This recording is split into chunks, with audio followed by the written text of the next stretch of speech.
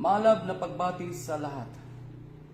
Maisog naming pinapaalam sa lahat na ang binigay na permit para sa Prayer for Peace Rally sa Dumaguete City ay binawi at kinansilan ng LGU na naturang lungsod.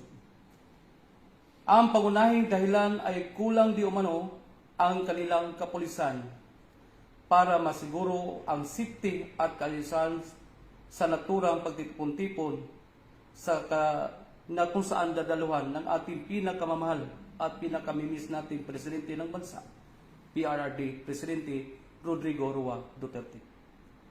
Malinaw na isa na namang itong pakana para pigilan ang Prayer for Peace Rally kahit paman sa malaking pagdialogo, pakikiusap ng mga organizers kay City Mayor Remolyo kasabang kanyang City Administrator na si Ms. Lailani Ramon noong May 4, 2024 ng hapon. Matigas na giniit ng alkalde na ikinansila ang nabigay na permit, dagdag pa dito. Nag-advise pa nga na maaring i-reapply ulit ang naturang permit na kung saan wala namang sapat na kasiguruhan at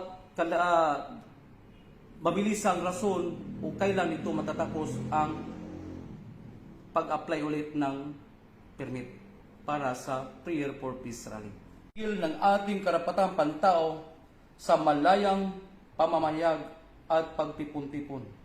Hindi tayo matitinag at maisog nating ituloy ang Peace Rally sa Dumaguete City sa darating na May 7, 2024. Antabayanan lang po at i-anunsyo lang namin ang bagong lugar at pagdausan na naturang Peace Rally dito sa Dumaguete.